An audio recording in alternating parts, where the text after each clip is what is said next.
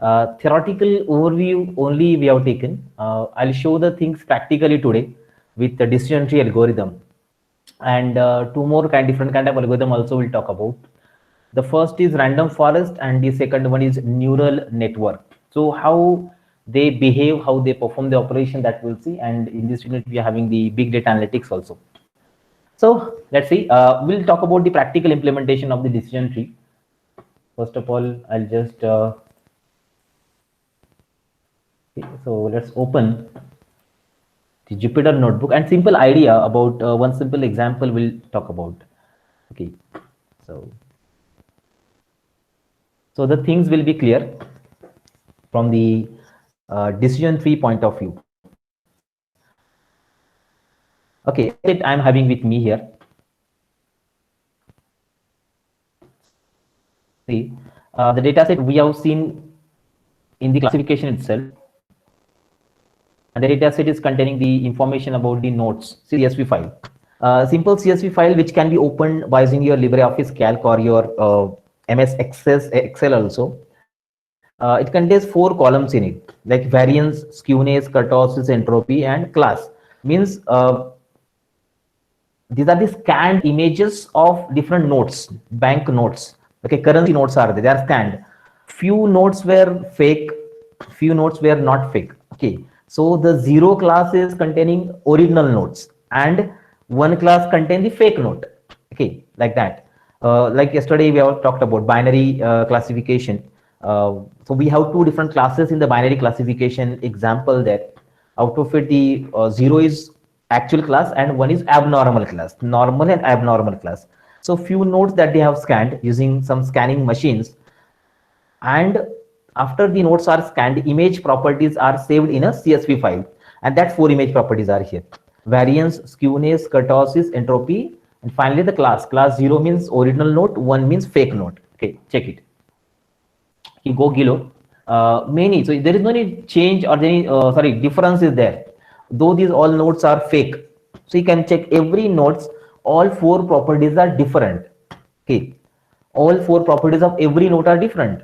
Then how can we know it? Yesterday we have seen the structure architecture of it. Now we'll see practical implementation, and with that we can identify how can I make use of this method in better way to perform classification, to build a tree, and to do the predictions on this given data.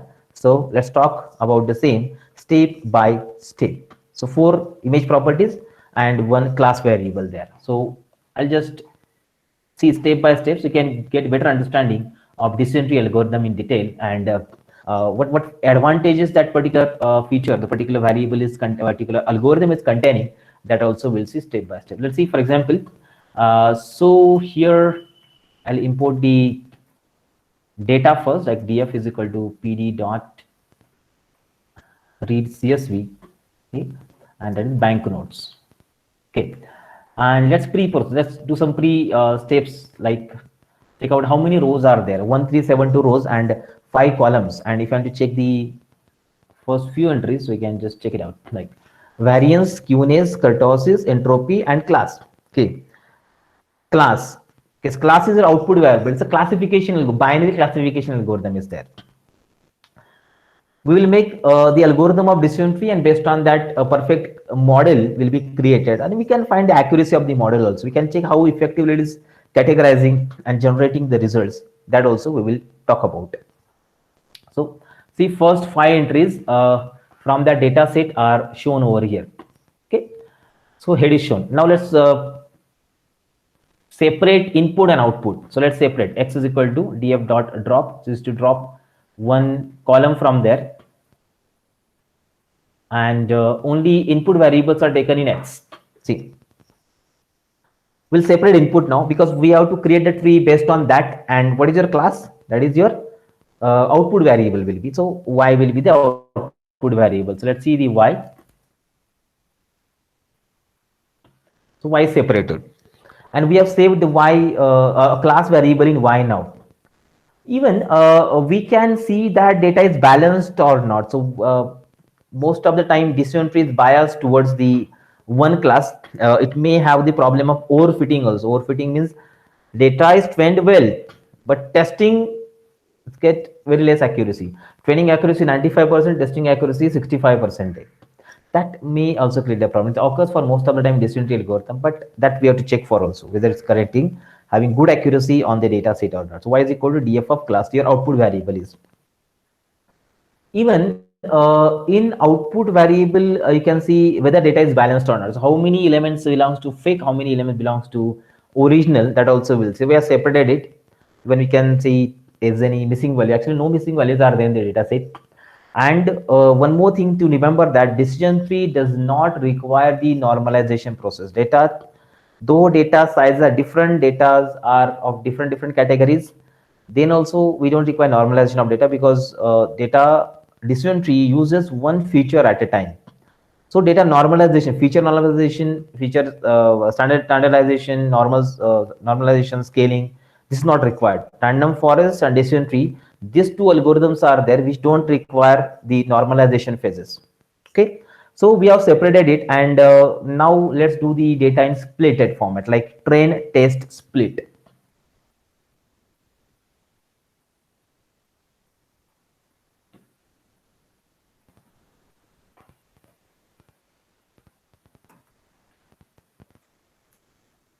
So train, test, split is imported.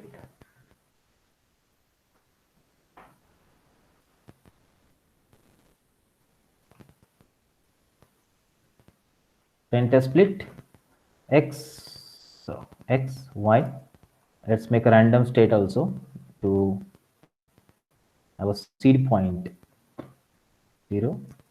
And by default, if you don't keep, your test size will become 25%. Total number of element are 1372. I think that's what you have seen, 1372. And out of that, 75% data, like 1029, will go in training set. Yeah, and 343 will go to testing set. Splitted, and randomization is done. So better performing model can be created by that. Okay, so data we got, we know it's a classification data, even it's balanced or not, that also we can check it. Like for example, yesterday also we have seen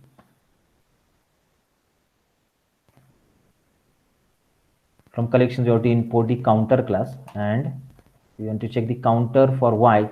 So you can see 0 entry, original nodes are 762 and fake nodes are 7610. Okay, that's fine. Somewhat like 60-40 percentage situation, but it's okay. Imbalance means 95-5 is not there. Okay, so it's okay. Similar number of original node and fake nodes are also there, so we can devise algorithm very clearly. Imbalancing is not present there. That's what we can say from this data set. Okay, done. Training, testing, splitting is also done. We have done 1029 entry for training. Algorithm will be created on 1029, and 343 will be testing. We'll apply unknown data. When unknown data is applied, then only we'll check, yeah, it is perfectly working or not. Now talking about sklearn, scikit-learn, that we have seen in previous examples also. Inside that there's a tree sub package, and inside the tree sub package we have a decision tree classifier. So from sklearn dot we will import, see, decision tree is used for two purposes. For classification also we can use decision tree, and for regression also we can use. So I am currently using classification, so let's use classifier. It's a class whose object we have to create. CLF is equal to decision tree classifier. Okay, to create. So decision tree classifier, this is the class. Object will be created, may contain some parameter like random state, I'll keep 0. Actually it contains many parameters. See, if you going to check the decision tree classifier on the scikit-learn's website, this is the syntax of the constructor of decision tree classifier. So what criterion you have to apply to get Gini index or entropy? Okay, entropy means information gain. Gini index means Gini impurity will be used. We have seen entropy mechanism. So I can entropy also. We'll see that one, how decision tree will be created. Entropy mechanism is how much information gain the particular parameter is containing. It's presented there.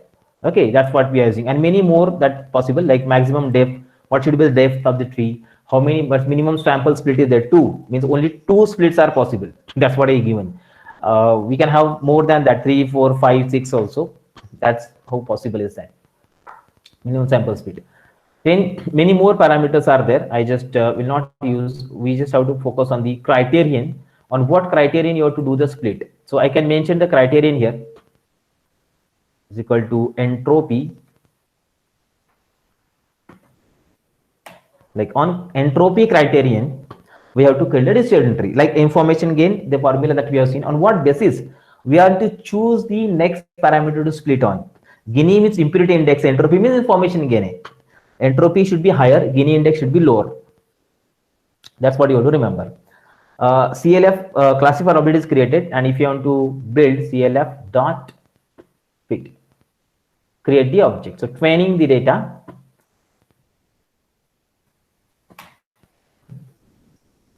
Training is done. Decision tree is created. Okay, decision tree is created now, and now we will predict for remaining 343 entries, and then we'll check whether the result generated by decision tree on remaining 343 is correct or not. Fine, that's it. So let's go. Predicted y on the remaining data, that is X test, Y pred.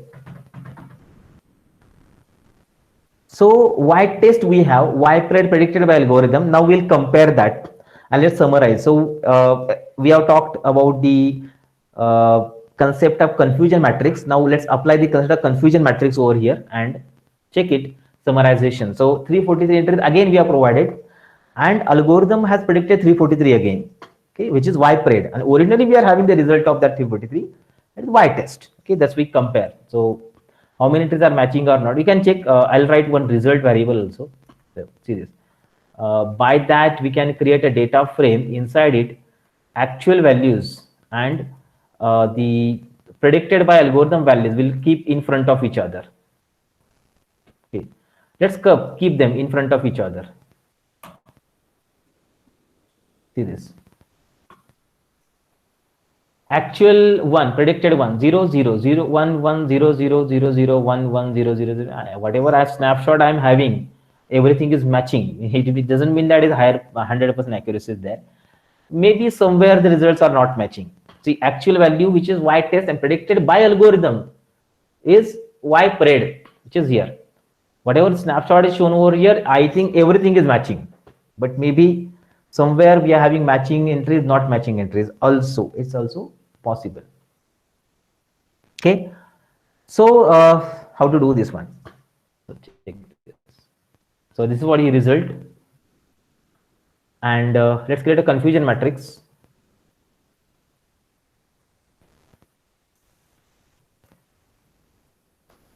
Confusion matrix which will summarize the things, and accuracy score will check how many entries are matching and how many not matching accordingly. So Y test and Y pred. This also we have seen yesterday, last time. See,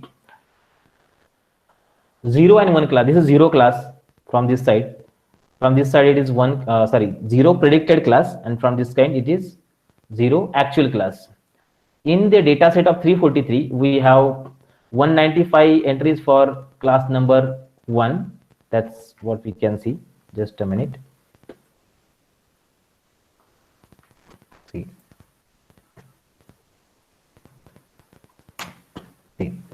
195 entries are for class number 0. Out of that, 190 are matching in predicted data. Okay, and 5 are mismatching. Means 5 are predicted as one class. Out of 195, 190 are perfectly matching. Okay, and out of 48 here, 146 are matching one by one. One is predicted, one is actual, one is predicted. That is 146 are matching, and 2 are predicted as 0. Okay, out of 148 here, 146 are matching, and out of 195, 190 are matching. So 5 plus 2, only 7 mismatches are there in the predicted data rather than actual data. 7 mismatches are there. It means that's good, great.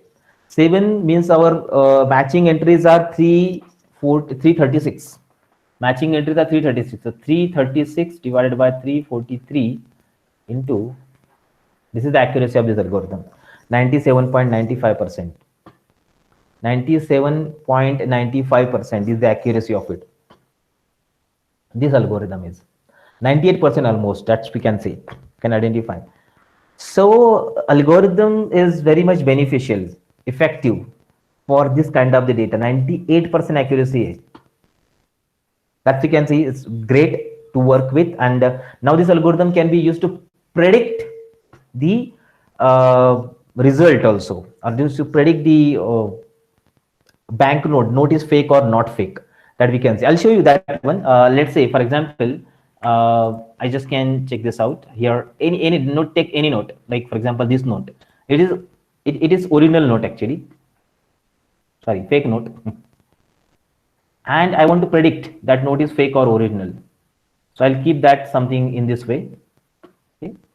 I've saved that in, just randomly I've taken, not the original data is required. We'll make some modification here, like it is 17 or 16 instead of is 29 and write 78, something like that, and instead of minus 4.48 write minus 1 and 2, something like this. And I want to predict now this note is come, and this entry will say me show me that this is what sort of note is that. So let's see clf dot predict new. Okay, 1 barabar, correct. Result generated is 1, that is a fake note. Okay, and if I change it again, take any random value, I just change it, and accordingly we are going to check whether this note is fake or not fake by decision tree. Okay, let's use it. 0, correct, original note. Because the accuracy given by algorithm is 98%. 98%. So based on the criterion of entropy, we have built that tree. I'll show the tree also. So very lengthy code is there to build a tree. 8-9 lines are required to build it. I'll show that one also, how to build a tree. And the tree actually created for that. That also we will see step by step. Okay, fine. This is how the predictions are done. Additionally, as I told in the features also, it uses only important feature, and important of feature according to information gain can also be found. How? See, so clf dot the feature importance. These are the feature importances of every feature shown. With which feature is important, what, how, in what extent, that will be shown by this particular feature importances. I'll show a plot for that. See, as PD. Okay, and sorry, not pandas, matplotlib. Okay, and let's see plt dot bar. So on x-axis I will have the data frames column names, data frame x column names. Now y-axis, this I will put.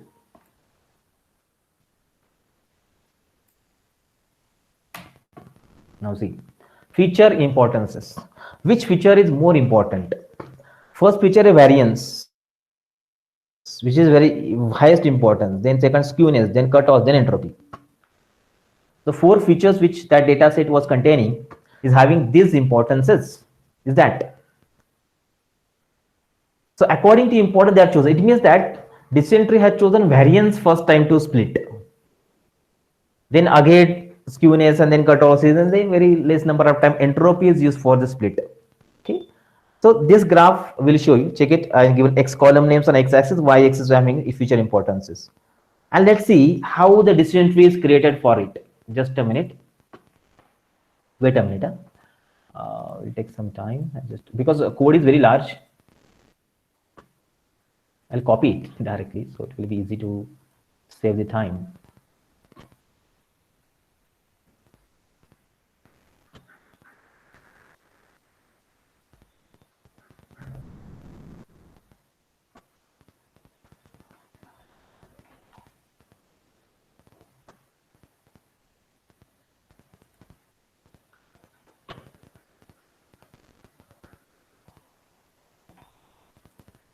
Wait a minute.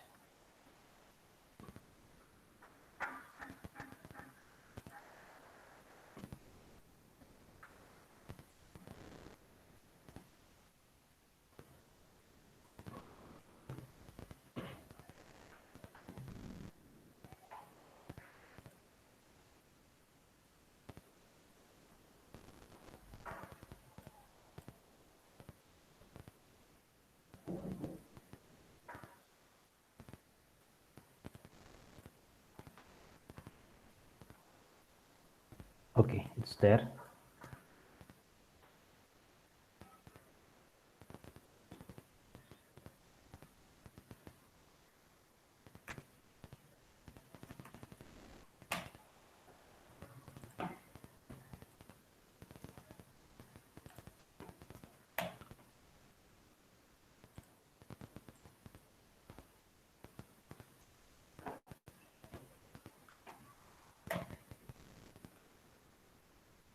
Oh, yeah.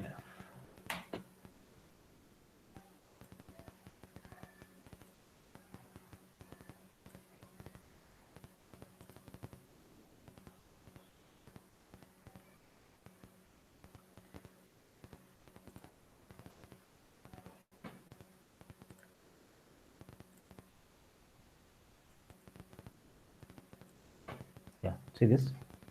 Cannot explain the code. Just check. Now the graph I have created here, tree.png file I have created. So many different steps are there to create that export graphics functions to create, and what you want as a part of it, that's also mentioned. And the as per the data set, how the tree is created, that also we will see. Now see the tree.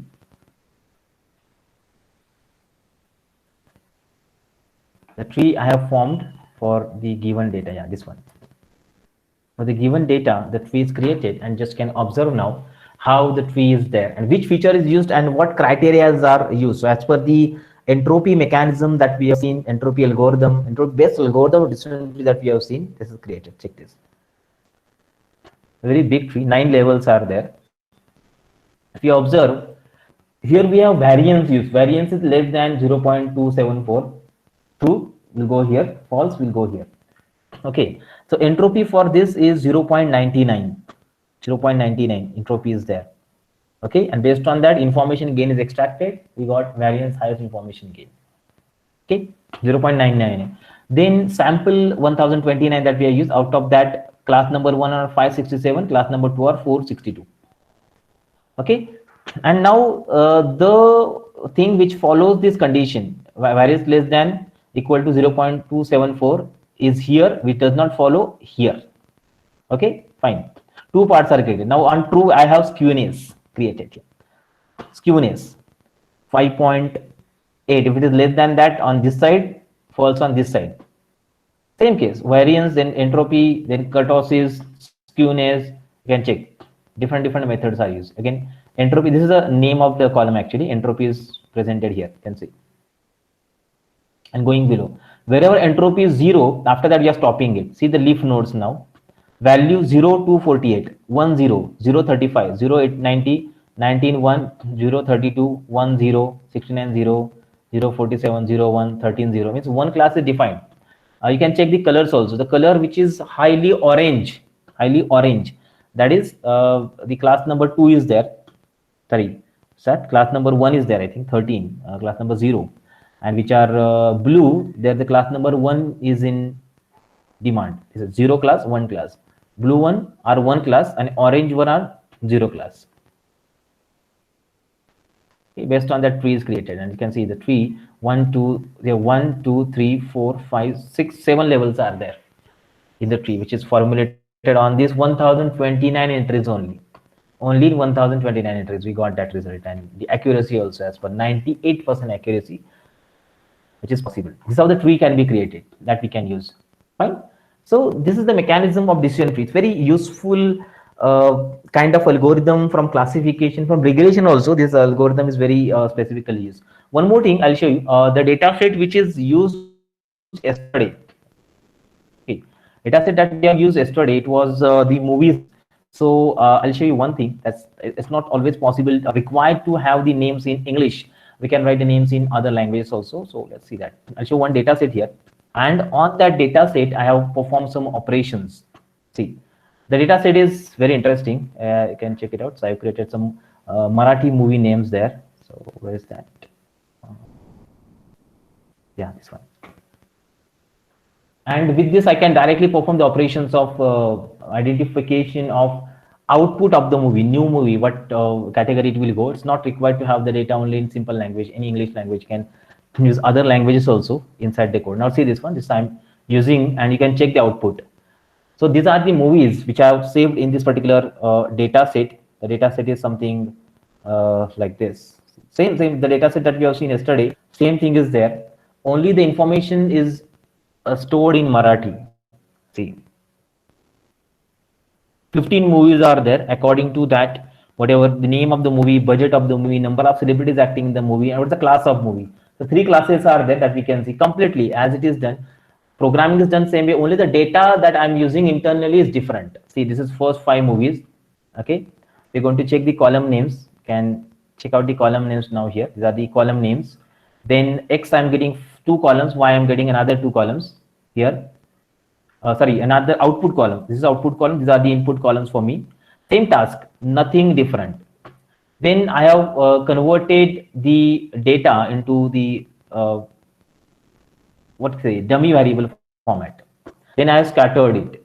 Okay, like that yesterday we have seen. These movies are coming in what category? These movies another category. These movies in another one category. Like, okay, fine. And then we have built a distance tree classifier. Okay, distance tree classifier I have created. Then I have created the tree also for that, and then I'm going to predict it. See, this is a new movie. Its budget is that, and the number of celebrities are this. So what can be the results? You can check it. This result is generated and can identify. So data can be of any language, not always be in English, but any language data can be chosen. We can perform operations. So because of Unicode, it's possible to have any kind of language in the data set, and the programming language is common. Only the data on which you process that can be from any kind of language. Unicode will allow that, and this is see how can you do the predictions. A new movie which is coming under that, so its result is this output. And if you going to check this, I'll just make small changes here. For example, now simple. This is what we are going to have the decision tree algorithm created and can be used by this particular method. Even we are having a tree also. I'll show the tree for this data. Yeah, this is the tree created for this data.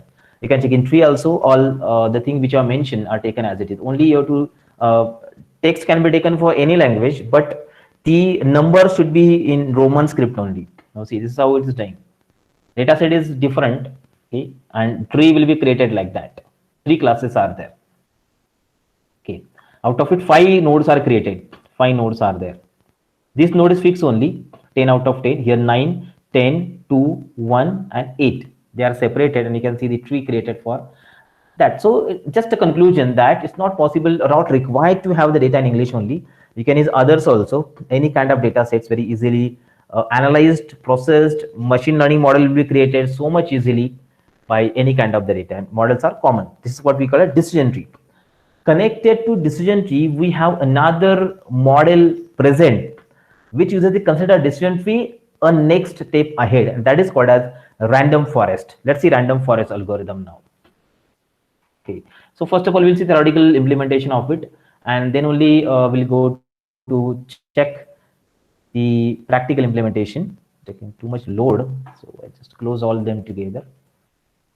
Close it. And now let's see first of all theoretical concepts of the random forest algorithm. So let's see random forest algorithm now. Tree and forest, 2 things are there. Forest is collection of trees. That is what random forest algorithm is. Just simple idea that we can identify from it. Random forest, collection of trees is a random forest. So trees are given there. It's the same example. That's what we have.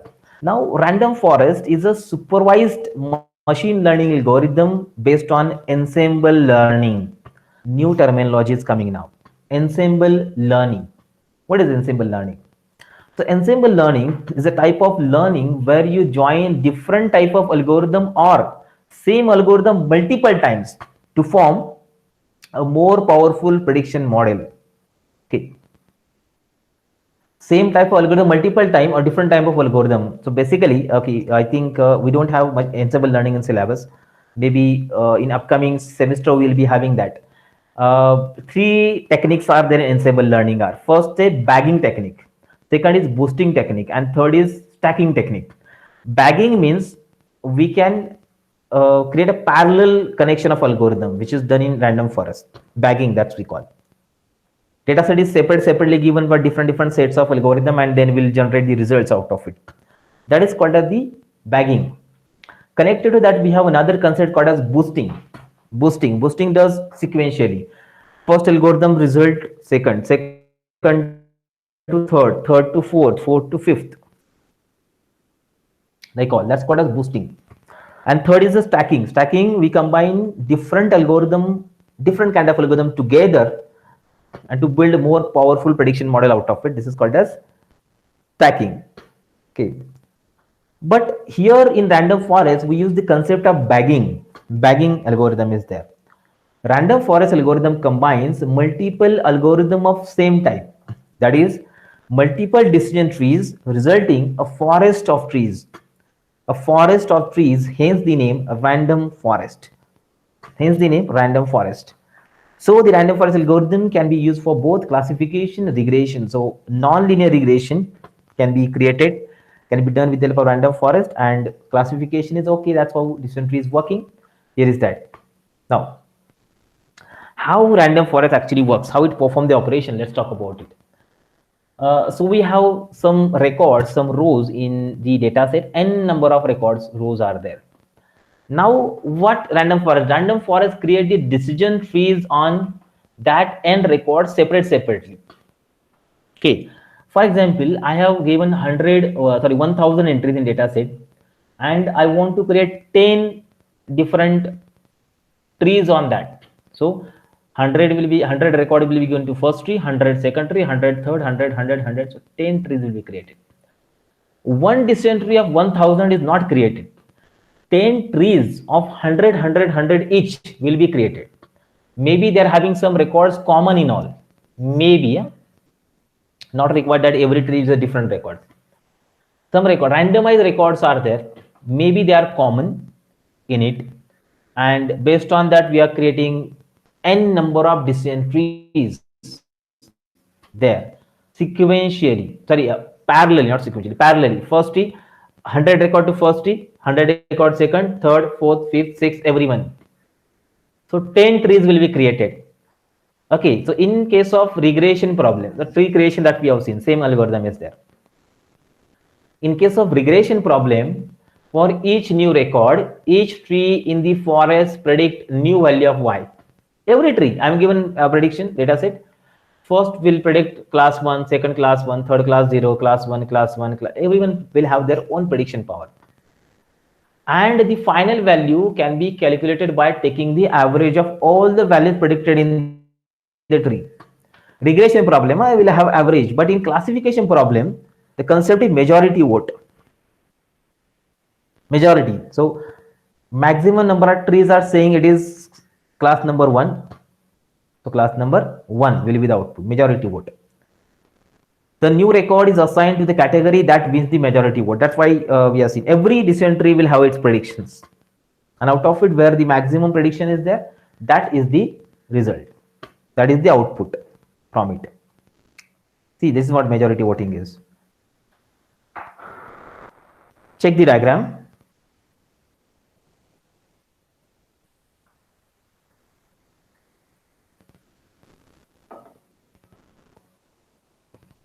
So data set, X data set, I have separated into n features, n1, first tree. So let's say 100 features are 100 rows are there. So 25, 25, 25, 25. Okay. 25, 25, 25, 25% separated. So based on first feature tree is like this. Second feature, third feature, fourth features. Okay. Records, features are common, records are different. 25 record, 25 record, 25 record, 25 records, like correct.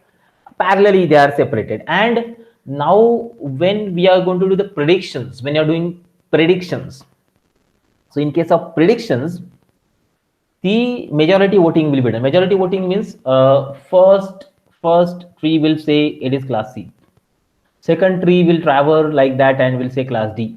Third tree will say it is class B. Fourth tree will say it is class C. What is majority vote? C. Two are saying C, one is saying D, one is saying B. Okay. Result is class C for a new data set. Like predictions are done. Majority of voting. So whatever task we have done using single tree is done with the help of 4 trees. And everyone will have their own prediction power. Everyone using their own prediction power. Based on that, you derive a class C, D, B, C, whatever. So C is the class out of it. So majority vote will define the final class. This is what classification of the random forest does, algorithm. So no complexities are there, and every tree can use this the mechanism common, like entropy mechanism, just like you have seen. Same thing is there. Only the thing, trees are more. So what do you think? Prediction power is more? Maybe most of the case prediction power is great than decision tree, single tree. Most of the time, whatever I have seen, every time either equal accuracy is there or more accuracy than random forest that we are having. Okay, so we'll get decision tree of same type. Parallelly, they are created. We're having the power of classification, and then based on that, we perform further operation of using it. Fine. Now regressor. Let's talk about the regressor. See the regressor. Regressor means generating result in the continuous format, not the categorical. Every tree will have their own prediction. Like first tree will have this prediction, second tree, third, fourth, fifth, 600 are there. And result generated by taking average of all the trees. Result is generated by taking average of all the trees. Average. Regressor output. Continuous output. When we have. That is called as the random forest algorithm. So maybe if you got the idea, you will identify what pros and cons are there in this algorithm. We'll see the practically also what pros and cons are there. See, advantages. So it is not biased since there are multiple trees are there. Every tree is trained on a subset of data. Basically, the random forest algorithm relies on the power of the crowd. Okay, what's that? Power of democracy. Though you think that it is wrong, but maximum people are saying it is yes. So there is power of crowd. So they are saying that it's there. Maximum people are saying it is correct. Therefore, overall biasness of algorithm is reduced. Algorithm is very stable. If a new data point is introduced, data set of overall algorithm is not affected, since that data will affect only single tree in whole, single tree. Okay, but it's very hard for it to impact all the trees. Okay, only 1 or 2 trees will get impact. It will working well when we have both categorical and numerical features also. Random forest also work well on data missing values are not scaled well. That's also algorithm's advantage. Right? Whatever decentralized algorithms are advantage are there, same are present here. Okay, so it is actually scaling is not required. So random forest and decision tree, these two algorithms are there which don't require the scaling of the data, though they are having different densities, different ranges, different sizes. They will not have impact of it in the output. That is the advantage of using these kind of algorithms. Okay, random forest and decision tree. Let's continue. Disadvantage. Disadvantage is the complexity. That's the first one, because just think of it, 1,000 trees are created. So how complex will it? Fine. Disadvantage. Then it requires much more computational resources owing to the large number of decision trees joined together. And due to their complexity, they require much more time to train than the comparable algorithms. Training time is more because complexity, trees are more. If one tree require 1 second, 100 trees will require 100 seconds to do. So it is will be 100 times slower than the original trees. Not 100 times, 80 times slower. So say that because trees are less, but that's fine. But it is slower. Fine. These are the disadvantage of using the random forest algorithms there. Okay, so this is what the case random forest actually uses. Now what we will do, I'll show you the mechanism of random forest just like we have done decision tree practically, and we'll see the comparison of results also. So let's see that. So I'll go to check the same program, just I have created it here. What was that? Untitled,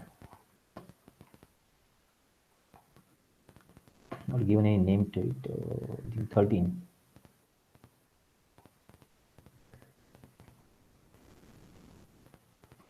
Well, yeah, same algorithm I'll execute. Only I will change the, we have seen the accuracy, it was 97.95%, correct? Same algorithm, decision tree, and now we'll go ahead to check that. Related. Yeah. Now, ensemble algorithms are stored in ensemble package. Ensemble algorithms stored in ensemble package. Yes. So tree I have taken. So here I'll write ensemble. Ensemble. I have to use three algorithms are there in it actually: random forest classifier, random forest regressor, random forest embedding is there. So we'll use random forest classifier. Import. And the parameter that I want to pass first is important. This is not first actually. First is how many trees you want to create. That is n estimators. Let's say 100 trees I want to create on that. Random forest classifier, estimator 100 trees I want to create. That is called as n estimators. Okay. Criterion I am applying entropy, and random state is 0. Created. Now let's go for that. Build, predict, take the result.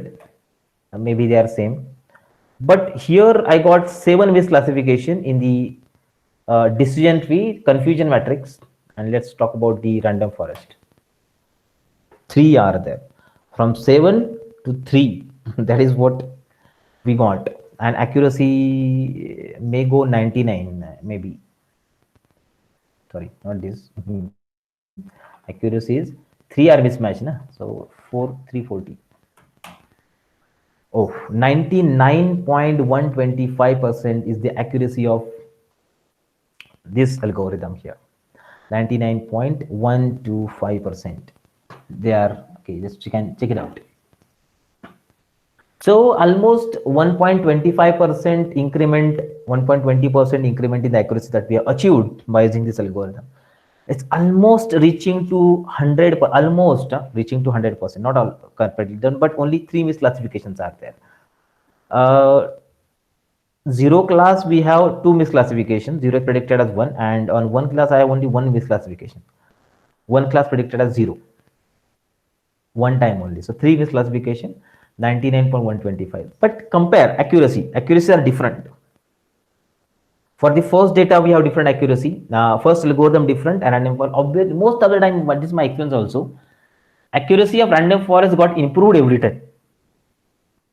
Okay, and the difference. Okay, you can draw also many things are there. So here also you can see the feature importances.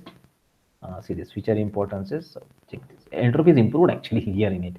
Variance, skewness, cutoff. 4 columns are there, which are so this okay. And here also we can make use of not all. CLF is not possible, but one of the estimators we can use. Yes, estimators number 0. Sorry, estimator means how many trees are there. Trees we can separately extract from it. Okay, only one tree is shown here. Not all trees are not possible. Out of many trees, one of the tree created is this, and we'll see out of 1029 how many is that.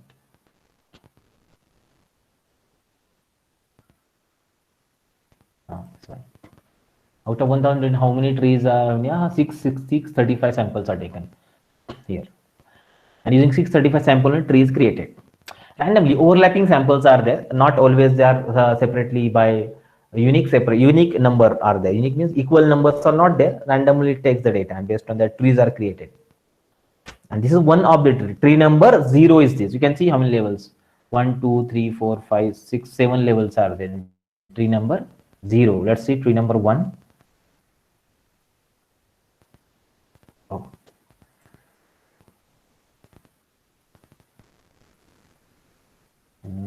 tree number 1.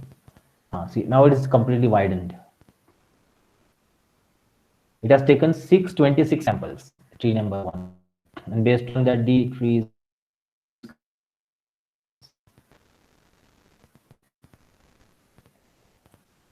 So random combinations of samples are created, and based on that majority of vote is giving the result of predictions out of it. That is random forest classifier. And if you see the comparison in terms of time, that also very interesting to see. So a simple program I have created to differentiate them. See, in terms of time, see, let's execute that. Same task is there. What I've done, I just combined the things together.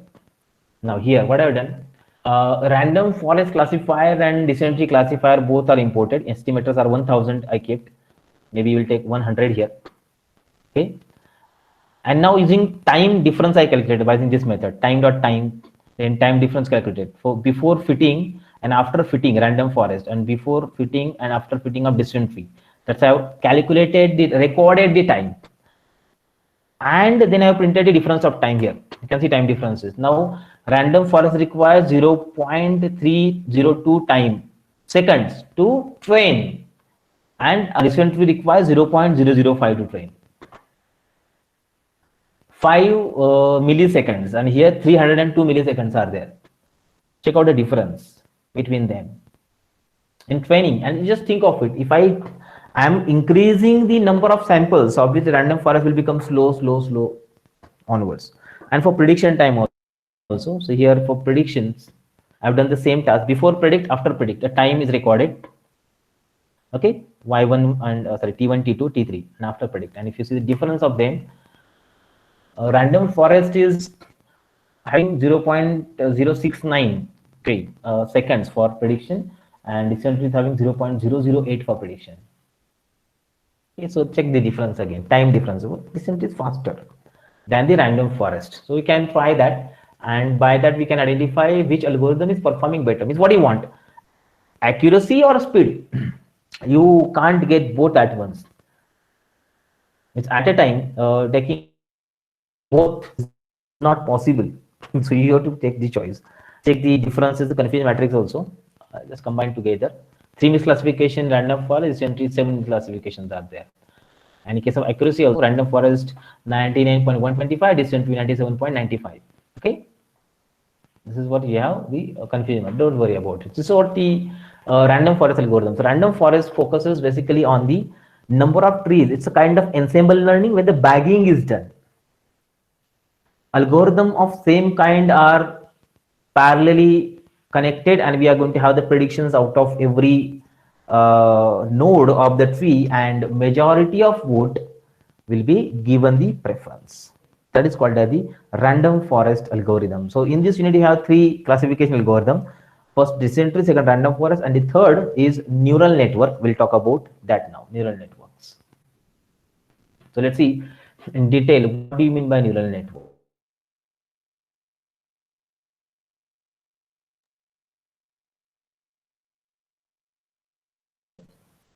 Very big contents are there in the neural network. We'll see step by step. Topic name I mentioned multi-layer perceptron, especially because MLP is the name given to the artificial neural network. What is that? Maybe you have talked, maybe you have seen, maybe you have heard about this particular topic for multiple number of times. But the things which are present inside it, that's what we need to know and understand. So topic name is neural network.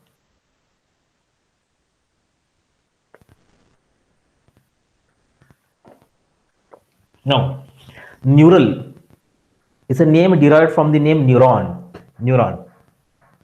So what exactly neurons are? So basically what we have, human being is having ability to identify the pattern within the accessible information with an astonishingly high degree of accuracy. Okay, everyone's brain is different actually. Means they are actually having the different kind of impact, different methods are presented, their brain is different, but we are having highest accuracy.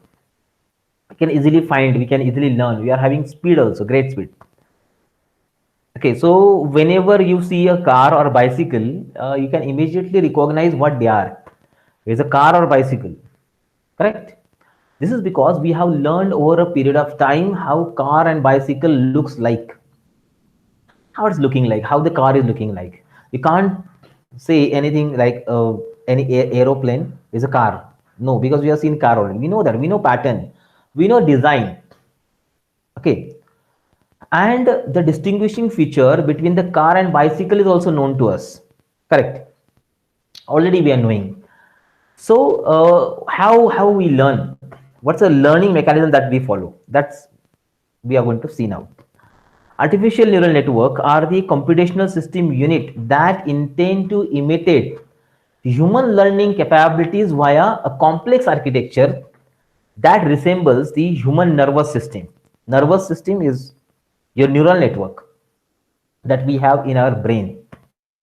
This is something what we are having in our brain. Single neuron. This is human nervous system is present. See, one concept will be you might be knowing that's called as nature inspired computing. Nature inspired computing. Computer algorithms are inspired from the nature, called a nature inspired computing. Let's take an example like computer itself is inspired from the nature. Okay, how ant builds uh, their home. Okay, colonies, ant colonies basically. There is some algorithm present there. Okay, how bird flies. There's an algorithm present there.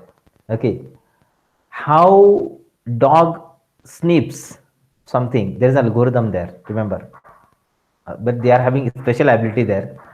Or how birds flock together, how they follow the direction. There's an algorithm present there. How bees, hive bees, collect the honey and keep it at that hive. There's an algorithm present there. These algorithms are used in computer system, and that is called as nature inspired computing. So many algorithms are inspired by nature because nature is the best teacher, and computer algorithms also inspired from the same. Decision tree is also one of the algorithms inspired from nature. Trees, random forest is a nature. So most of the algorithms are inspired from the nature. One of the algorithm is this human nervous system. Even computer system is the nature inspired computing. Computing there. Do you know who is the father of modern computer? Father of modern computer, not the computer. Father of modern computer. Father of modern computer is uh, von Neumann, John von Neumann. Okay, maybe if you know this name, uh, the first standard computer architecture was created by the John von Neumann. John von Neumann was a mathematician. He was Hungarian mathematician, working on the development of different mathematical computation basically. So he has created the first architecture of computer system that you may have studied that in computer architecture subject, and that's called as von Neumann computer architecture. He has devised that how computer should work, how memory should work, how control unit should work, how CPU should work, how output device should work, how data transfer should be done. Like all, everything is devised in John von Neumann's computer architecture. So he's inspired from human brain basically. Before third generation of computer system, computer was not having a brain. Brain means microprocessor. Computer brain is microprocessor. He was not computer was not having a brain.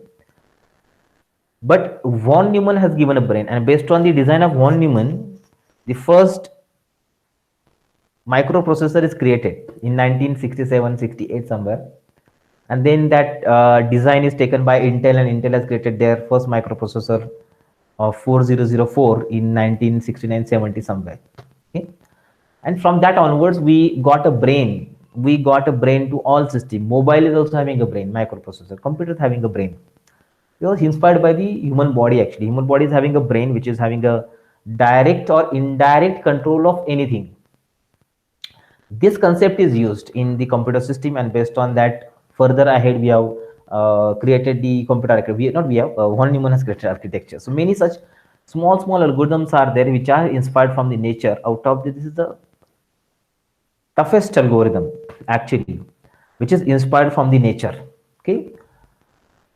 So in our human body, human brain, we have something like this, which is shown over here. The nucleus, okay, which is a processing element of your human brain, and dendrites are dendrites. Dendrites are the input lines. Like we have 5 input devices, 5 sensory organs. sensory organs that we have. From that, we take the data as input, and this data travels from sensory organs to the nucleus of your nervous system through dendrites. So dendrite is the input device to the nucleus. Okay, so nucleus is the processing element. It identifies what's happening. Learning is done, and whatever learning is there, it will be forwarded to next level of neurons through axon. Through axon. Okay, so axon is something which is sending information from one neuron to another neuron. Used to send information from one neuron to another neuron. That is what human nervous system is containing. Getting? Remember. And this is converted in the form of the computer algorithm. So let's see how exactly it is converted.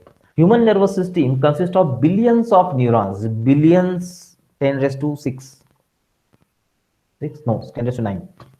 10 raised to 3 is, yeah, correct, 10 raised to 9. That number of neurons are there.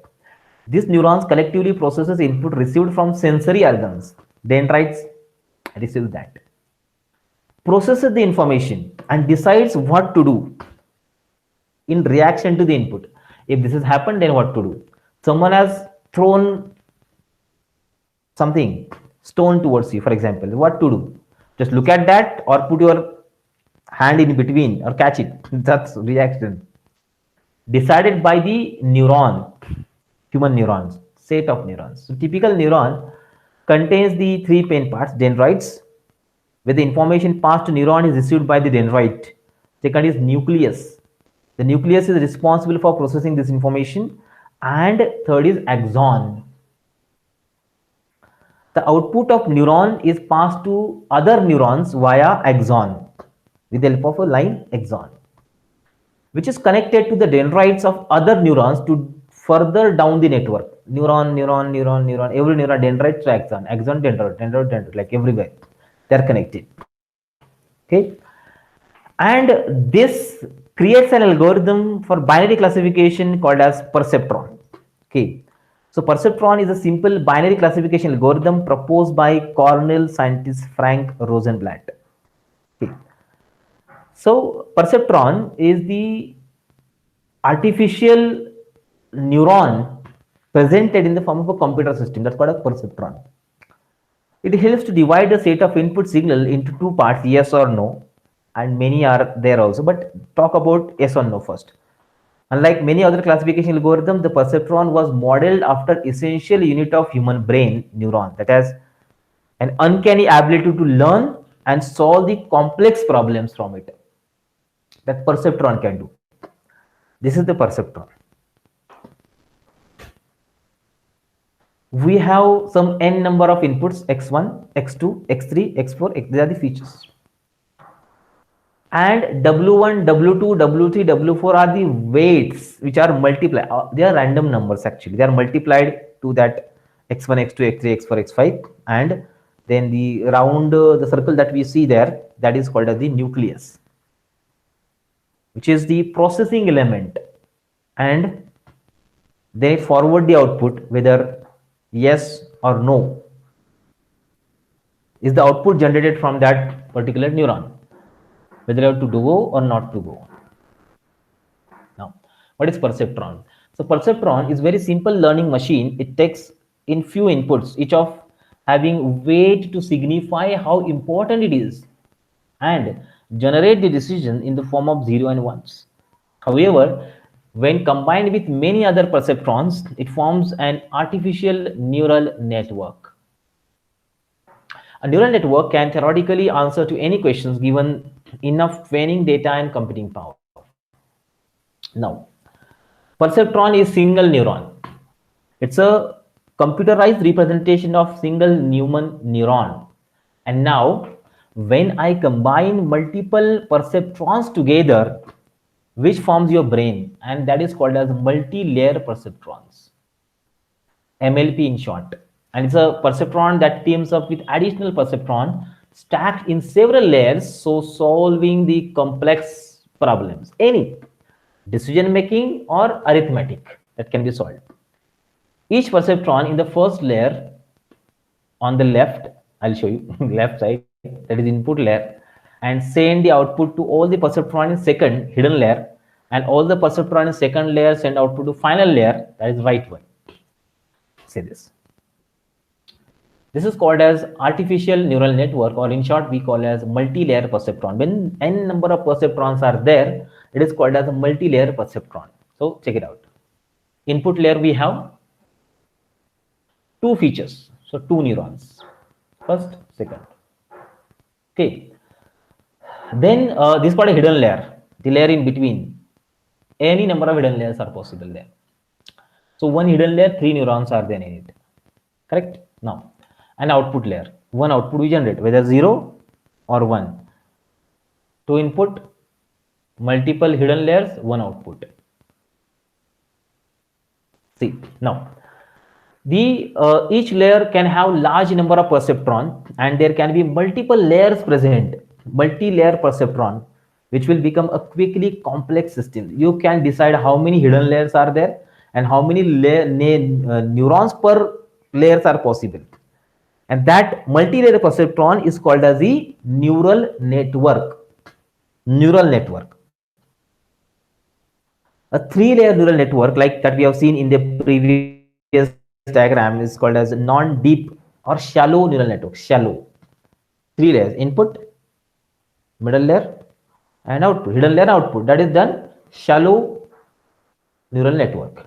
Okay. Now, if MLP is having 4 or more than that layer, it's called as deep neural network, and that has given the birth to the concept called as deep learning, advanced machine learning.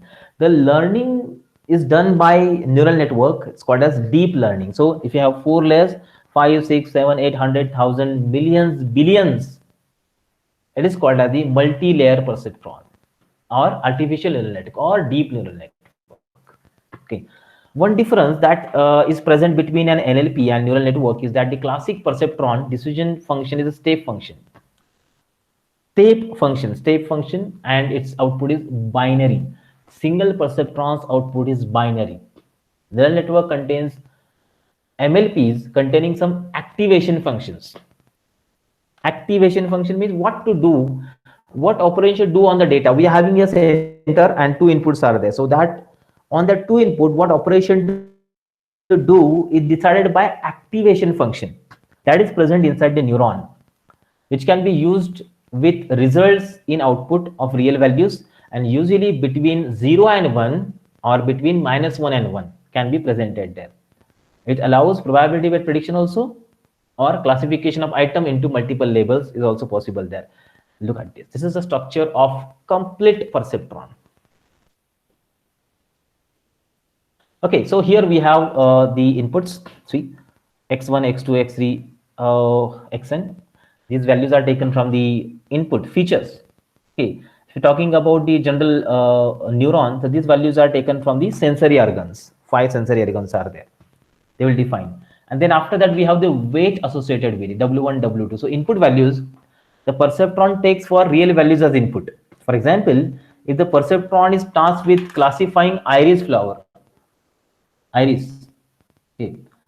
So iris flower contains 4 features. I think we have seen that 4 features are there: sepal length, sepal width, petal length, petal width. The 4 x1, x2, x3, x4 will be there. Okay. Now second layer by the weights and bias. W0, W1, W2, W3, n number of weights are there. So weights represent relative importance of each of the weights to the classification.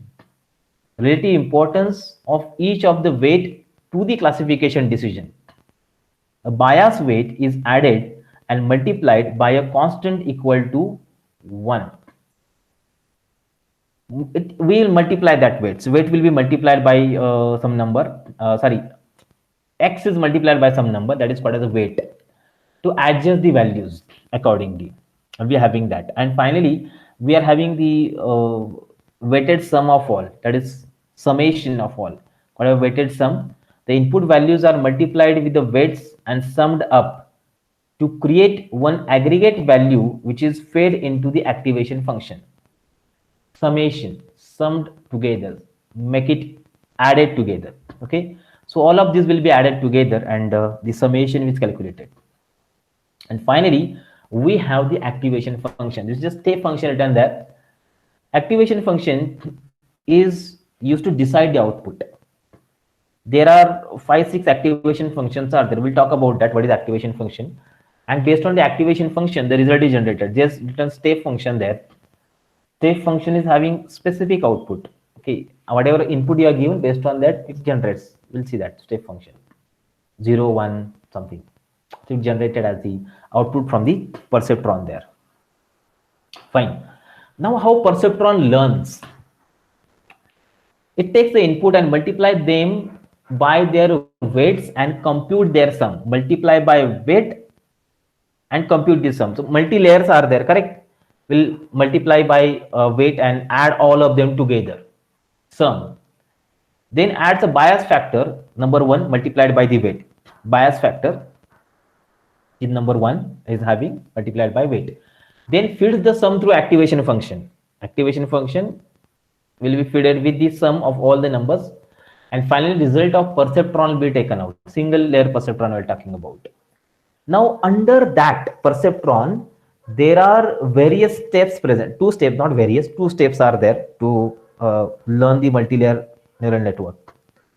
The step number 1 is called as back propagation. Step number 1 is back propagation. What is back propagation?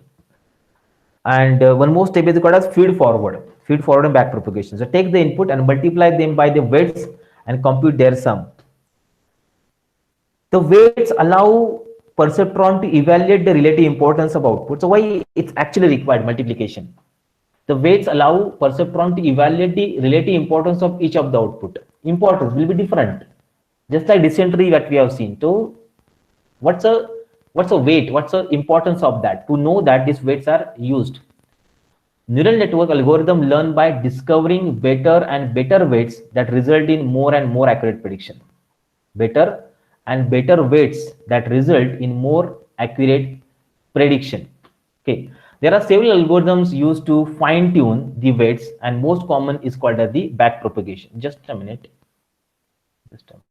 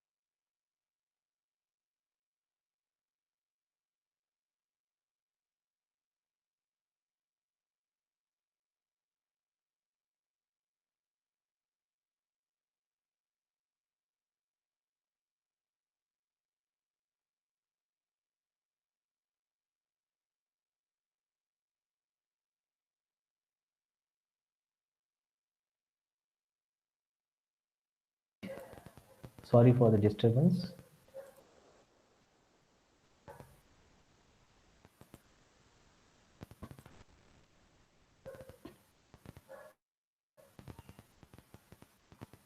Yeah. Okay, so better weights result in more accurate prediction. There are several algorithms which are used to fine tune the weight, and most common is called as the back propagation. Now, maybe it's something complex, but to understand how it does, see, let's say, for example, I'm having input 3 and my expected output is 10. Okay, input is 3 and expected output is 10, and I'm having a weight 2. So if you write 3 into 2, I'll get 6. Expected output 10, but getting, okay, expected output is 10. I'm getting 6. So what this will do, will fetch that result back and adjust the weight accordingly. So what can be the weight? Now I'll change the weight 2 to 3. So 3 into 3, 9 will be there. Expected, still it is 10. So it's not matching. So again, I will come back and adjust the weight. So first of all, weight was 2, it was not up to the mark. Then weight was 3, again not up to the mark. Again weight will 3.1, not up to the mark. 3.2, 3.3, 3. Go on. So So it will try to achieve the 10 maximum times. This is just an example. Adjustment of weight as per the expectation result, expectation of the value is done there. This is called as the back propagation. Expected output, if it is not achieved, come back, make the change. Go ahead, come back, make the change. Go ahead, called as back propagation. And weight adjustment is done and back propagation works. Then second step, a neural network bias. It adds a bias factor, that's the number 1 multiplied by the weight, and this technical step that makes possible to move activation function curve up, down and left, right on the number graph. It is used to fine tune the numeric output of the perceptron. That is network bias. Number 1 is multiplied by the weight. It's a bias factor added there, or maybe plus minus is possible there. Step 3 is the activation function. Activation function, it feeds the sum through activation function. So what we have seen, summation symbol, sum is done. Then we'll go to activation function. The activation function maps the input values to the required output values. Remember, a relationship between input and output, what is that? That is defined or that been identified by the activation function there. For example, input values could be between 1 to 100, fine, but output can be 0 or 1. So activation function also helps the perceptron to learn when the part of multilayer perceptron is. Certain properties of activation function, especially it's not linear in nature, make it possible to train complex neural network. Okay. So any input possibilities, output possibilities are only 2, 0, 1, just an example. But input possibility can be anything. So that anything, any value, how it can adjust with 0 and 1 decided by the activation function. Many activation functions are there. We'll talk about that also. And finally, output. The perceptron output is classification decision. So in multilayer perceptron, the output of one multilayer perceptron is the input to the next layer, and output of the final perceptron is the final output that's predicted in the perceptron learning model there. Okay, remember that. This is how actually the learning methodology is done. We'll go in step by step in more detail to understand the concept of this particular learning of artificial neural network. It's actually too much big. It actually contains too many things in what too many layers, neurons are there. Based on that, will generate the result. Transformation. So from classic perceptron to full-fledged deep neural network, how exactly it is done? Transformed. So many things are involved in that to create a neural network from the classic perceptron. Although multilayer perceptron and neural network are essentially the same thing. Same thing that we need some few ingredients before MLP becomes a neural network. So that's called as a back propagation, then hyperparameter and advanced structures that we have to look for. Back propagation. Let's come again. What's the meaning of back propagation? We have talked in general, now go in detail. Back propagation algorithm allows you to perform backward pass, which helps to tune the weight of input, which helps to fine tune the weights of inputs. Okay, I have generated a result by this weight, but now not up to the mark, so do it again. Again, next time you fine tune it, not up to the mark, again do it again. So backward pass, you have sent information from first layer to second layer, but not up to the mark. Output is not up to the mark. Fine, so we are getting a backward pass. Backward pass. This is called a back propagation. It is iterative step actually. It's back propagation perform iterative backward passes which attempt to minimize the loss. See this. Wait a minute. We'll have an example here.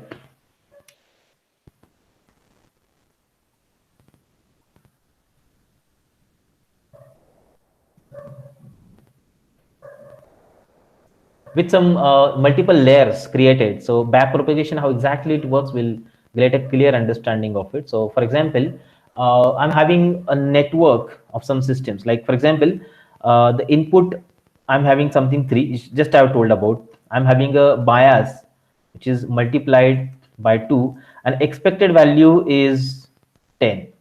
See, this is the next layer, expected value, and this is your weight, which is multiplied, and this is the input layer. So it will first adjust the weight as 2 and will forward this number. So result is 6. Result is 6. What is the loss? 4. Loss is 4 here.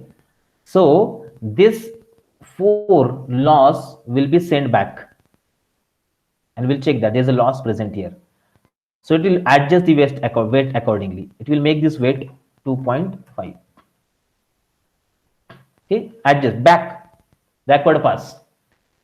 So 3 into 2.5 again. Okay, 3 into 2.5. So we'll get a number, let's say 7. Okay. For example, okay, 2.5, sorry, 7.5. Here we'll get the result. And now what is the loss? Loss is minimized. Expected 10A, predicted 7.5 because of adjustment of weight. Previously it was 4, now I am having 2.5. So let's say 2.5. Now loss is 2.5. Adjust it again. Make it 3. 3 into, sorry, 3. 3 into 3, 9. What is the loss? 1. What's the loss? 1. Correct? Send the loss back. Go here again. Adjust the weight. Let's say 3.1. Okay. Result will be 9.3. What is the loss? 0.7. Correct? Loss is minimizing. Not always done like that. There are some example. It's work actually. 0.7 will come back again. Back propagation again. Previous layer. Make it 2. Sorry, 2. Now the result will be 9.6. Is that 9.6? Loss is 0.4. Correct? Come back. 3. Result is 9.9. Loss is 0.1.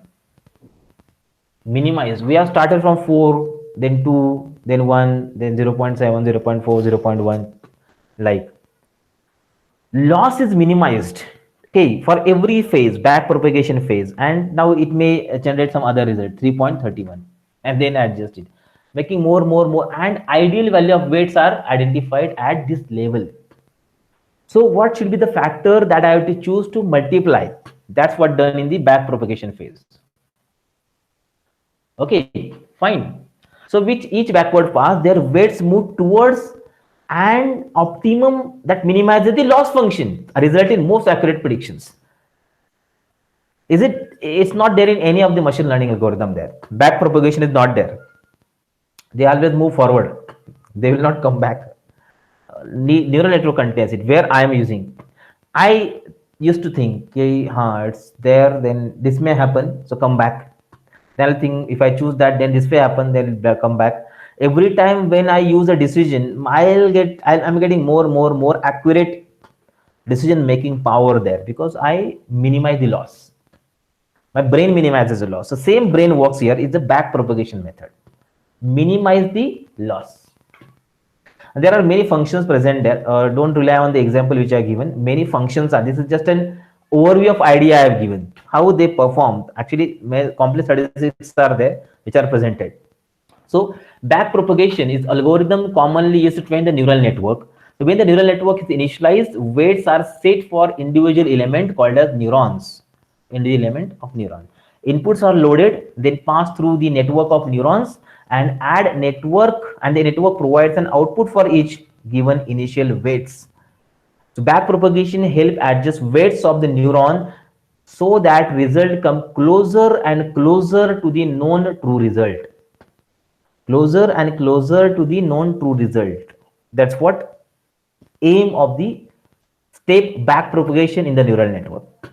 Okay, say this. What just I've shown, so it's happened there. It will generate result and come back, and we have the loss, come back, go forward, minimize loss, minimize, come back. Like back propagation will be done in this particular phase. Okay, for the first part. Second is hyperparameter. Hyperparameter means ideal parameter, ideal values to the network, to the model, machine learning models called a hyperparameter. So in modern neural network, Aspect of multi-layer structure is the number of layers in what is the how many number of layers you want, what's the initial weight that you have to use, what is the activation function you have to use. So detail of learning process are treated as a parameter and tuned to improve the performance of neural network. Ideal values of that should be present. What should be number of layers present? What is the activation function? What is the initial weight you have to have? These are called as hyperparameters. So not a neural network, but others also contain hyperparameters. But we haven't think from that point of view. What is the ideal value of the number of trees for random forest? This is called as hyperparameter actually. Fine. So ideal values of these parameters are taken is called as hyperparameter tuning. Okay. So tuning hyperparameter is an art and can have huge impact on the performance of neural networks. Have huge impact on the performance of the neural network here, hyperparameters. So let's see model versus hyperparameters. So model parameters are internal to the neural network. For example, neuron weights which are present, they are estimated or learned automatically from the training examples. These parameters are also used to make predictions in a production model. Hyperparameters are external parameters which are set by operators of neural network. We set that parameters. Okay, for example, selecting activation function. How many number of data you have to use for training? That we select. We are the person. So we are the user who select the hyperparameter. But model parameter are selected by the internal neural network. Okay, weight. I am not selecting weight. Neural network select the weight randomly. So basically, hyperparameter are having the huge impact on the accuracy of neural network. There may be different optimal values for different values, and it's non-trivial to discover those values. It's very difficult to know that. Now, these are the hyperparameter that we are using in the neural network. Number of hidden layers. How many number of hidden layers you want? What is the dropout rate? Next is activation function, and next is weight initialization. So let's see one by one which hyperparameter you have to pass while building a neural network. Number of hidden layers. How many number of hidden layers you want to use there? Adding more hidden layers of neurons generate improvement in the accuracy. Maybe most of the time to certain limit, but which can differ depending upon the problem. If problem changes, neural networks learning methodology will change the accuracy of the algorithm also, accuracy of your model also is possible to change there. It's called a number of hidden layers. Second is dropout rate. What percentage of neurons should be randomly killed during each epoch to prevent the overfitting? What percentage of neurons should be randomly killed during each epoch? Epoch means one layer of feed forward, passing first layer to second layer, and coming back again, back propagation. It's called as one epoch. Back forward and backward, one epoch. So how many number of neurons should be killed during each epoch to prevent the overfitting? It's called a dropout rate. And third is activation function. Which function? The function should be used to process the inputs flowing into each neuron. Process the input flowing into each neuron. So activation function can impact the network's ability to converge and learn the different ranges of input values, and also its training speed completely. That depend on the activation function. And the third is weight initialization. It is necessary to set initial weight for the first forward pass. First, what weight should be presented there? So two basic options are set to set that weight to 0 or to randomize them. Either we'll set weight to 0, result will be 0 basically if you multiply it, or use some randomized weights there. So however, this can result in vanishing or exploding gradient, which makes difficult to train the model. That's why they are not chosen. So to mitigate this problem, we can use heuristic formula to determine the weights. And a common heuristic formula is a tan h activation function. Tan h means hyperbolic tan of that number is taken as initial weight. Hyperbolic tan is taken, and that function is used to proceed further. Okay, like so this is how the common parameters are there. So many from all the angles we need to look for building an ideal neural network over there. Now talk about few more things. Training algorithm. When you're using the training for a neural network, a neural network is having learning rate. Neural network is having number of epochs, iteration, batch sizes, and neural network is having optimizer algorithm also, which contains the neural network momentum. Now see, learning rate, neural network learning rate, how neural network actually learns the thing. So neural network backpropagation algorithm performs a gradient descent. So something interesting and different kind of model presented here called a gradient descent. Lower learning rate makes algorithm train faster, but might result in missing the minimum loss function. See this one. The example shown over here. So let's say I am traveling. I am coming from this point, okay, toward the this particular point, okay, from the top of it by the following this line. When I am top, I'll move faster. I'll move faster because I am on the top and the steep is very high. So as we proceed further towards the ground, my speed will become slow because the steep is also changing. Okay, here my speed will be high. Here my speed will be somewhere low, lower, lower, lowest. Okay, this is called as gradient descent actually. Algorithm learns this method. Initially, it is very faster, and then obviously almost as you are minimizing the loss, minimize loss, minimize loss, minimize loss, minimize loss. So loss minimizes, learning rate decreases. Remember, and this is called as the gradient descent. Gradient descent. Okay, many things are there mathematically, but let's remember this particular part. This is called a learning rate. The second part is called as the epochs, iteration, and batch sizes. Epoch is again one of the hyperparameter that machine learning in neural network is having. Machine deep learning epoch, iteration, and batch size. These parameters determine the rate at which samples are fed to the model for training. Epoch is a group of samples which are passed through the model together in forward pass and then run to the backward pass, determine their optimal weights. Epoch means, see, I am passing data from first layer to second layer. Again, back propagation. Again, pass back, pass back. So how many number of times should be done? Is there any criteria? Criteria is not there, but count is there. And that count is called as epoch. 10, 20, 100, 200, 1000. Any such value can be assigned to it. That is called as the epoch. Epoch, one layer of feed forward and back propagation.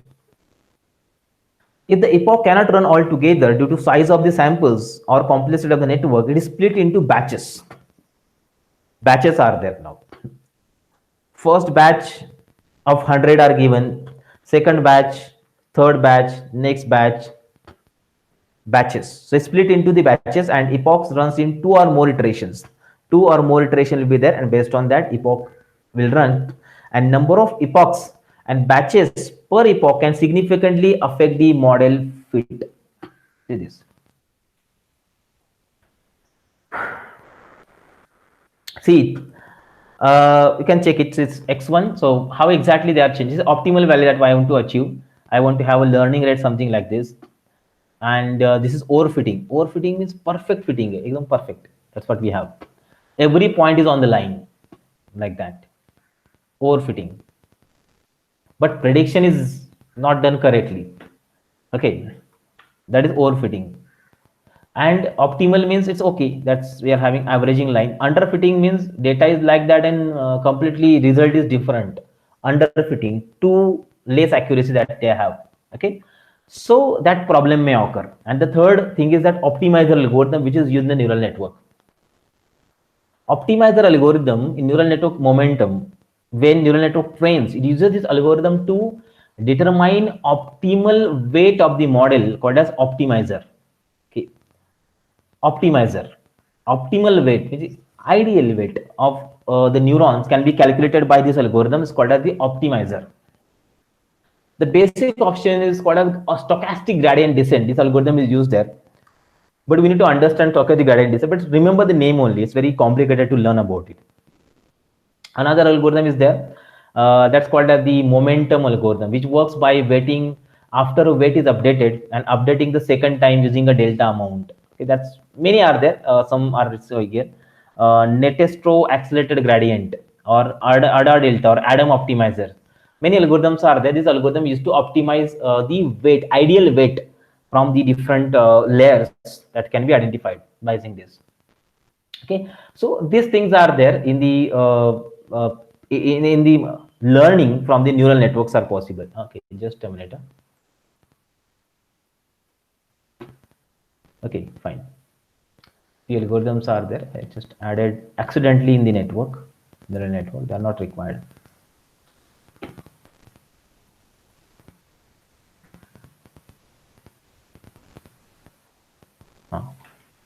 Now let's see this.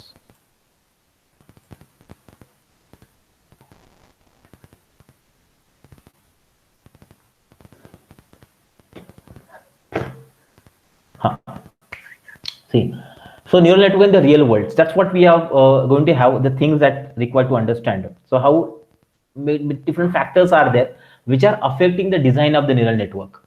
Okay. In real world, perceptron work under the hood. You can run neural network using the deep learning framework like TensorFlow, Keras, PyTorch, which are available. And this framework asks you for hyperparameters such as number of layers, activation function, which type of neural network you want to create, construct, number of perceptron automatically. So when on your real, the production scale deep learning project, you finish the operation side of things, a bit daunting basically. Running experiment at scale and tracking results, source code, metrics, hyperparameter, everything we have to go. When I'm working at deep learning side, in machine learning, when you're using basic artificial neural network, then these things are basically not required. Okay. Now the next part, that activation. What do you mean by activation functions? So neural network activation functions are the crucial component of the deep learning or artificial neural network basically.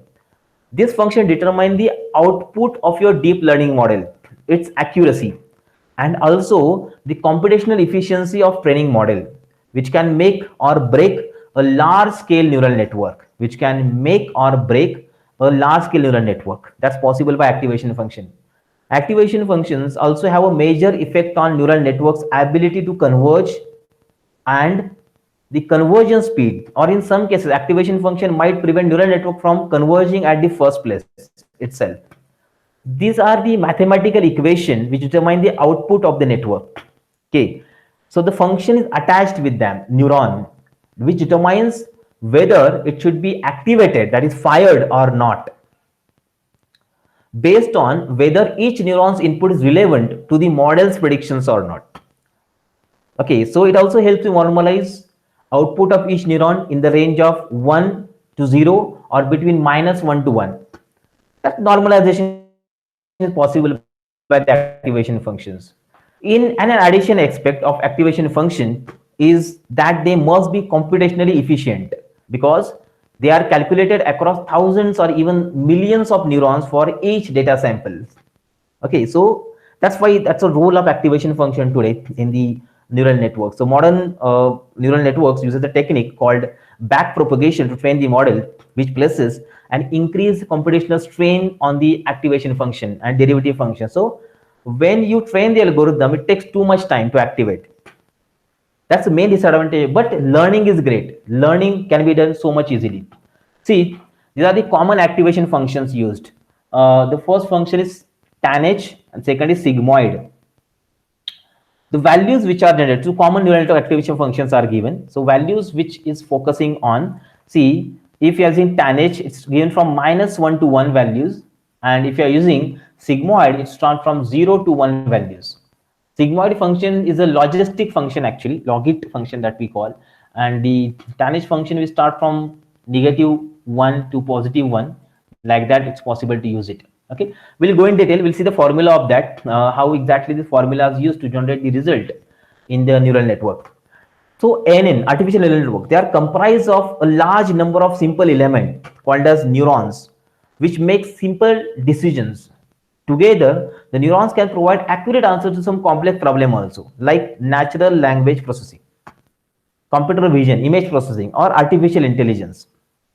Okay, because we are having deep neural network present, very large, and compared to that we have a shallow neural network also, which can be shallow, meaning it has input layer of neurons, only one hidden layer is there, and processes the input and output layer provide the final output of it. So that's what a shallow neural network we already talked about. And if you're having multiple layers, 2 onwards, all 2, 3, 4, and any number of layers are present, it's called a deep neural network. Check this out. This is simple, non-deep, shallow neural network we call.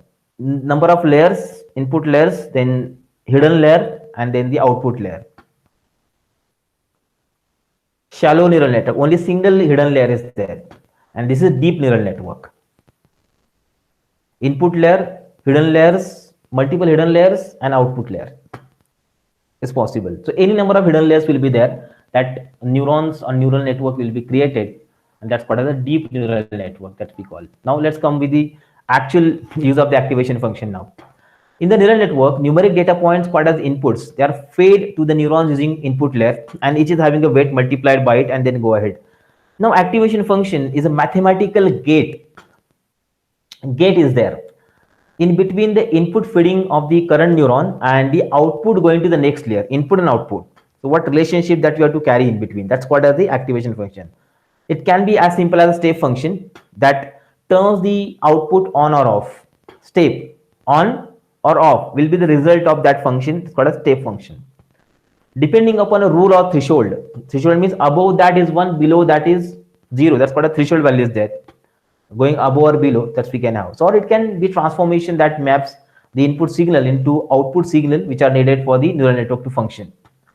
See, like this we have, this is a sigmoid function shown over here. If input is this, see, for example, input is given, this is the output. This input is mapped somewhere here, somewhere here. So what's the value presented here? That is the result, output. Sigmoid function, sigmoid function, activation function present here. It will be something like this. Again, input is mapping somewhere here. What's the output presented here? That is result. The input on this, output on this. Whatever input are given, based on that Wells mapping, that will be the result generated by using the activation function. Now, how process carries out that? So the thing which I explained now, it's shown in the form of a diagram. Take the input, multiply neurons weight, add the bias, feed the result to the activation function f of x here, then take the output and transmit to the next layer. Okay, this is what the steps are followed over here. Now there are 3 different kind of activation functions present, which are used to transfer the data from one layer to another layer. Binary step function, second is linear activation, third non-linear. Categories are there. Under that again some different names are present. Binary step function, it's like this.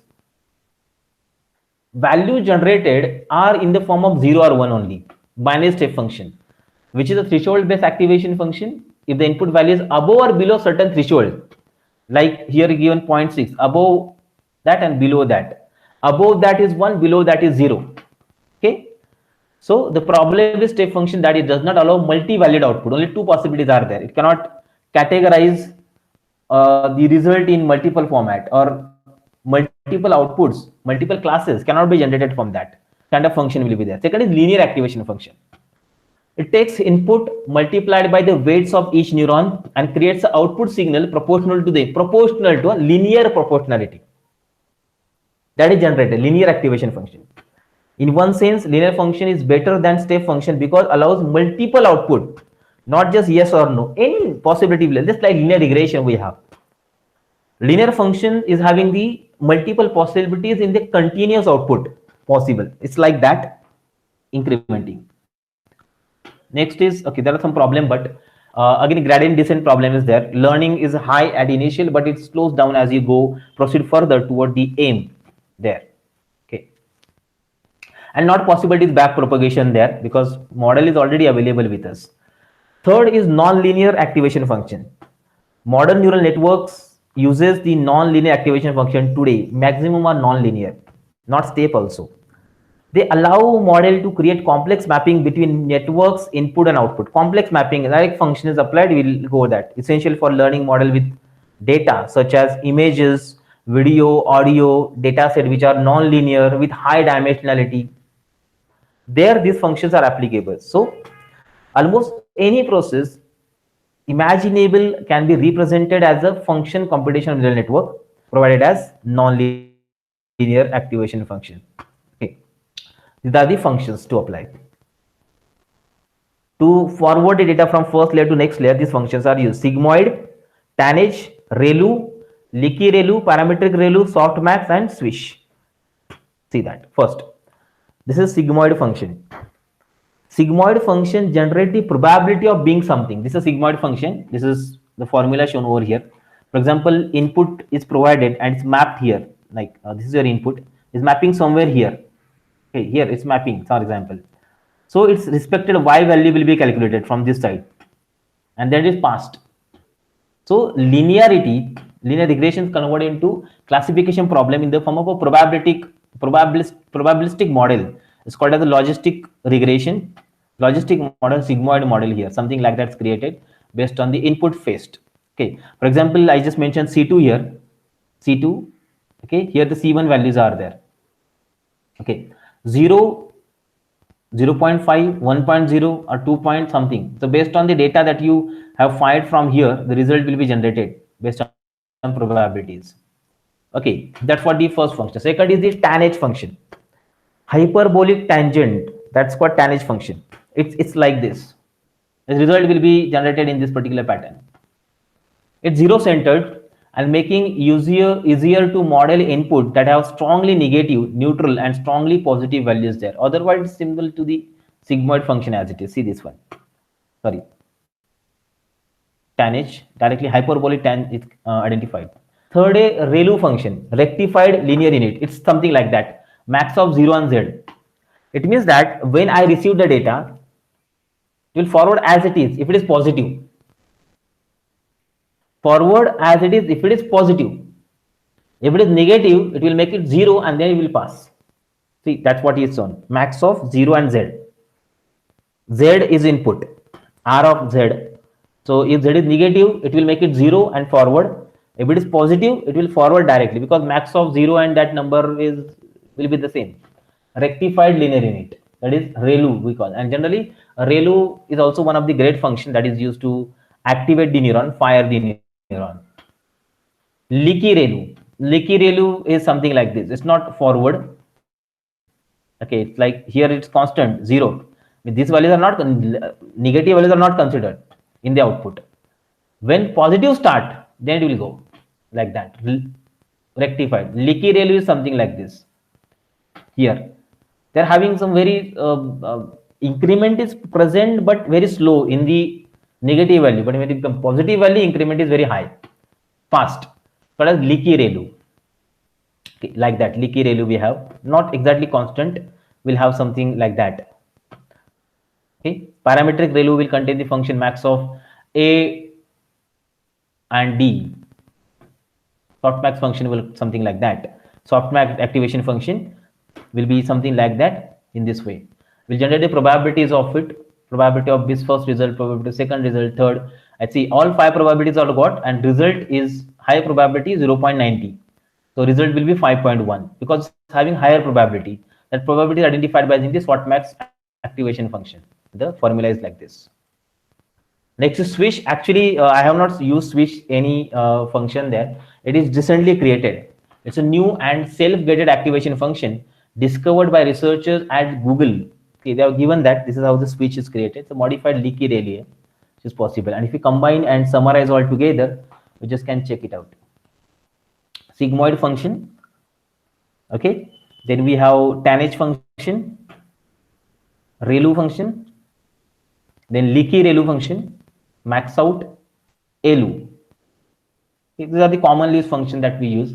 So whenever I want to apply that function, so I can make use of it. I'll show that. Actually, to understand the details of this, it will be somewhat tricky in many cases. Okay, let's come to the end of the neural network. What are the challenges in that? So while selecting and switching activation function, deep learning framework is easy. You will find that managing multiple experiment and trying different activation function on large data set is actually challenging. Difficult to track the experiment progress. Even multiple machine also you can run. That's also possible, but it's difficult to run, manage training data because data is very high. That time we'll be using it. Let's take a simple example. Last example. And try to understand how network are created. Neural network is created. A very interesting example is that I have not created it. You can just see the reference. Friendly Introduction to RNN by Luis Serrano. He has created this example. He has given that example in this video. So I have taken from that. It seems to be interesting actually. I am looking for a perfect roommate who will cook well. Roommate. So I am I'm looking for a roommate. Just cook well. So he may cook apple pie, burger, or chicken.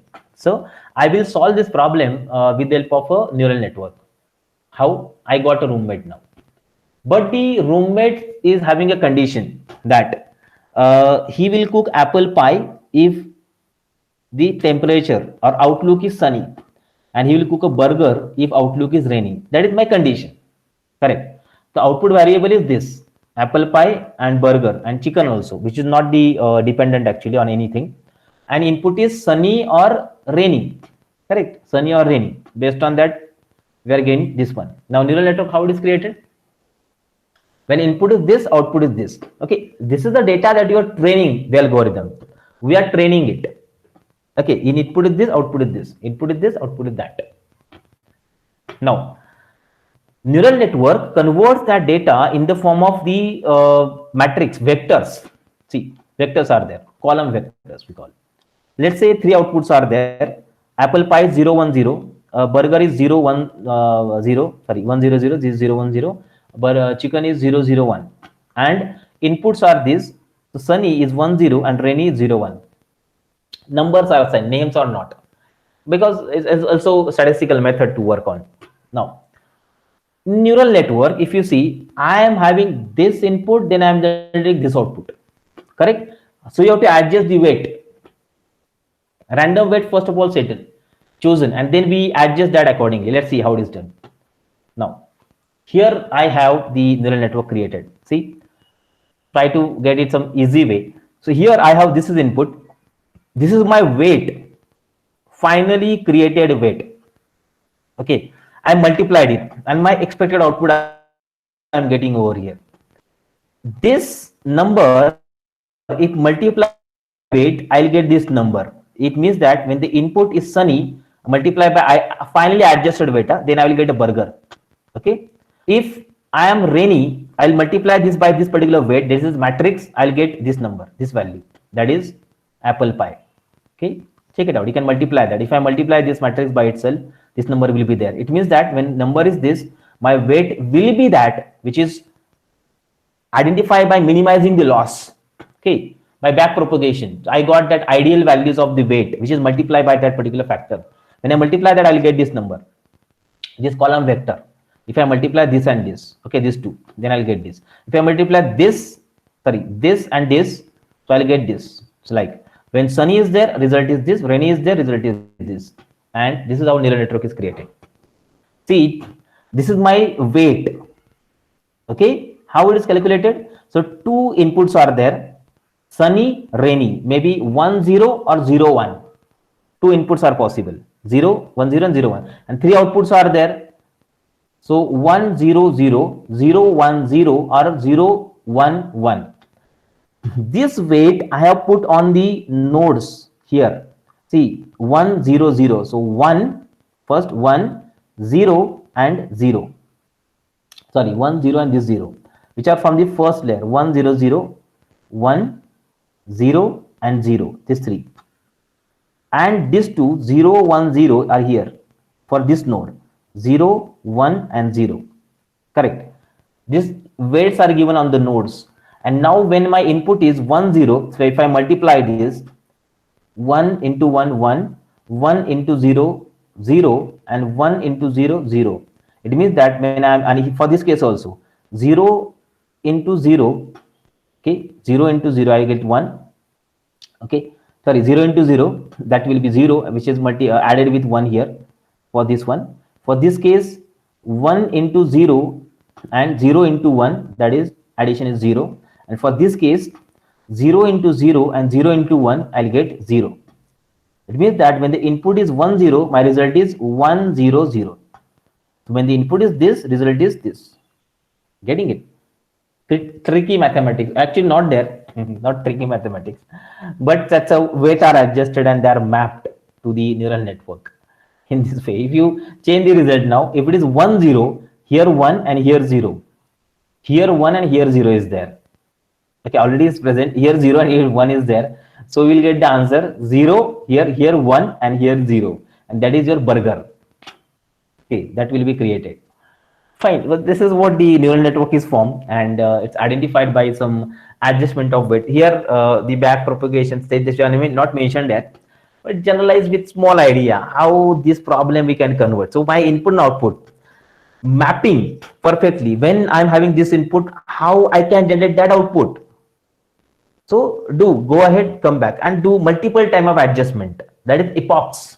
Do it, and ideal weights are identified. Then we got the result. Here hidden weights are not given, but common idea. With generally how neural networks are created. That's shown by this particular algorithm, by this particular method. In this way, that's what is possible. This is what idea about the basic idea about the neural networks are. One of the most complicated algorithms of machine learning. The others are not much complicated. That's why neural networks are used to build the deep learning. It's a foundation for learning a deep learning kind of algorithm.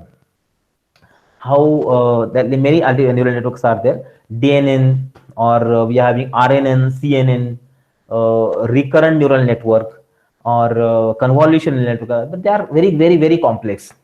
This is the foundation for that. Okay, that's what the algorithm is there. Tomorrow, sorry, on Monday, I'll show you implementation of neural network by using the scikit-learn. It's very easy, not that much difficult. Use the same data set and we'll check the accuracy difference also in that and how much time they are taking. That also we'll see. Special frameworks are required on neural network. They are called as TensorFlow is there. Even PyTorch is there. Keras are there, which are used to do the operation on neural network. That can be chosen, but don't go for that. In next semester, you can try that. Currently, we'll just see how to build a neural network. That will be next session. Okay, so if any doubts are there or any questions, so you can ask.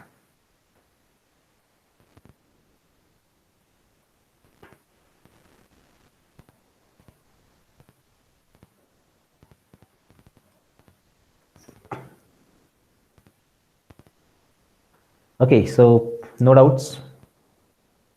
Thank you. So on Monday, we'll see the remaining topics, which are now there in the unit number